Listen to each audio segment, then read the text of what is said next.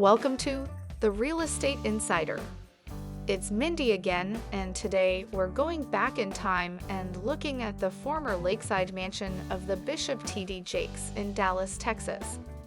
Bishop is the pastor of the Potter's House Church.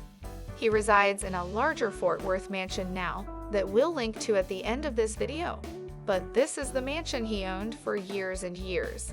Right across the way, on the other side of White Rock Lake, is the home of R&B soul singer Erykah Badu. That home tour will be coming soon.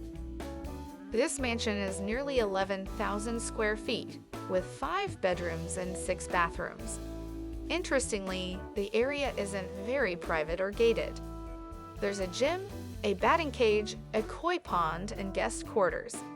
I hope you enjoyed the former home to America's Bishop. Comment, like, and subscribe. I'll see you on the next video. This has been The Real Estate Insider.